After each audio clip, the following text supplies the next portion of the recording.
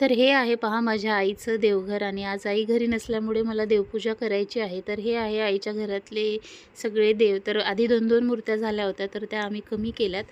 रसिकाच्या लग्नात आलेले काही देव होते तर ते राहू दिलेत आणि जे जुने देव होते त्यामधले काही पोकळ होते आणि काही त्यामध्ये छोट्या साईजचे होते। तर ते देव बदलून आम्ही हे सगळे देव आता एवढेच ठेवलेले आहेत।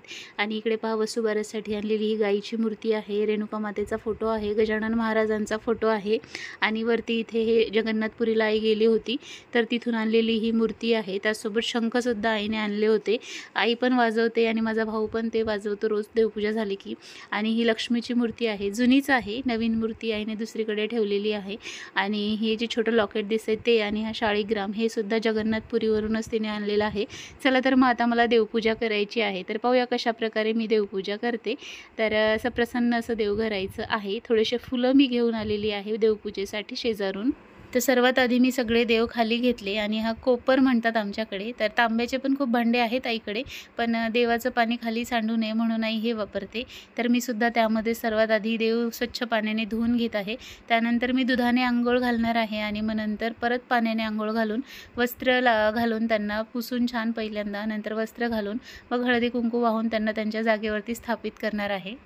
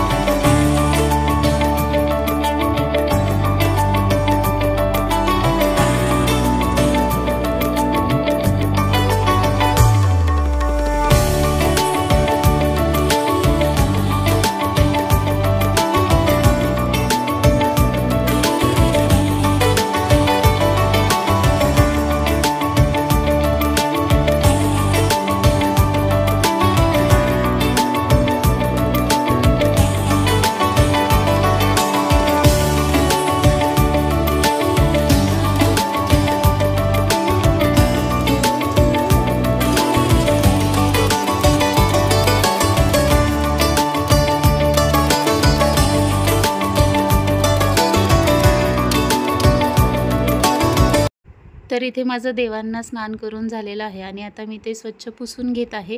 त्यानंतर देवांचे कपडे मी त्यांना चढवणार आणि मग नंतर त्यांच्या जागेवरती स्थापित करून हळदी कुंकू वाहणार।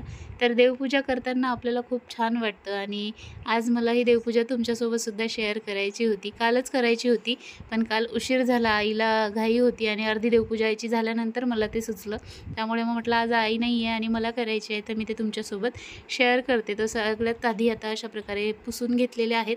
त्यानंतर त्यांची वस्त्र त्या देवांना मी आता घालणार आहे आणि मग त्यानंतर त्यांना त्यांच्या जागेवरती स्थापित करणार। तर सगळ्या देवांसाठी अशी वस्त्र आईने आणलेली आहेत।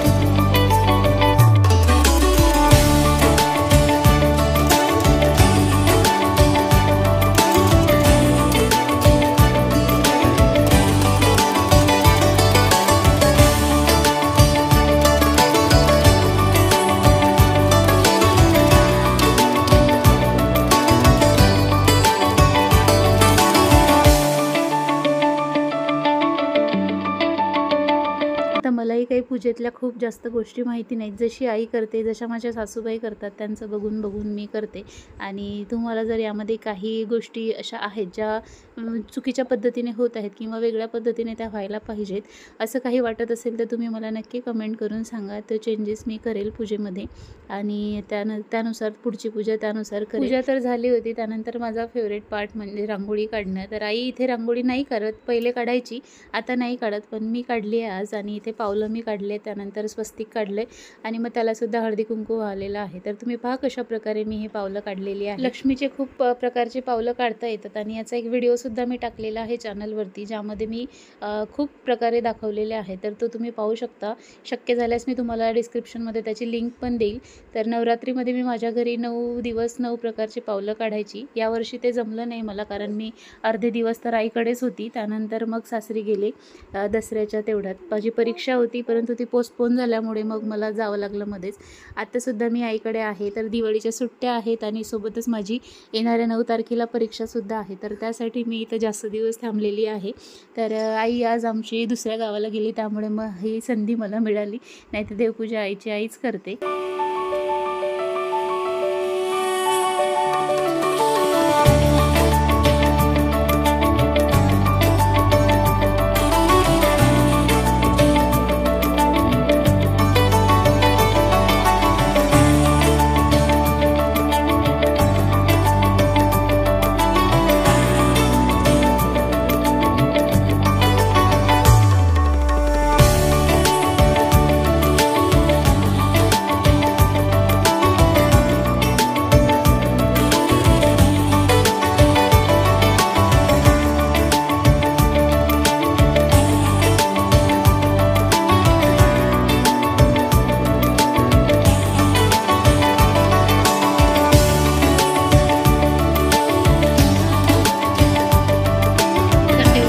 तर आईच्या घरची ही आहे माझ्या तुळस आणि मी तुळशीला पाणी घालायला गेली तर इतकी सगळी झाडं आमच्या रसिकाने लावले. त्यामध्ये काहीच्या पानांचा वेलसुद्धा आहे, नागवेल. आणि इथे आता एक महादेवाची पिंड आहे आणि नंदी आहे. तर त्यांनासुद्धा मी पाणी चढवलं आणि हळदी कुंकू वाहलं आणि तुळशीलासुद्धा हळदी कुंकू वाहलं. तर आमच्या घरची ही तुळस आहे ना, ती खूप मोठी झालेली आहे. आता तुळशीचं लग्न आहे, तर तुळशीच्या लग्नासाठी बोर भाजी आवळा लागतं. तर माझी आईने थोडेसे चणे एका कुंडीत लावलेत, जेणेकरून आपल्याला भाजी मिळेल. आणि बोर माझ्या नर्सरीमध्ये आहेत, तर तिथले मिळून जातील आणि आवळा मात्र आणावा लागेल. तर तो सहज भाजीच्या दुकानात मिळतो. तर अशा प्रकारे तिन्ही गोष्टींची सोय आमची होणार आहे. तर तुम्हीसुद्धा आता लावू शकता, जेणेकरून 4-5 दिवसात त्याला थोडे थोडे अंकुर आले तर ते आपल्या कामी येतं. सो आता इथे माझी पूजा पूर्ण झालेली आहे.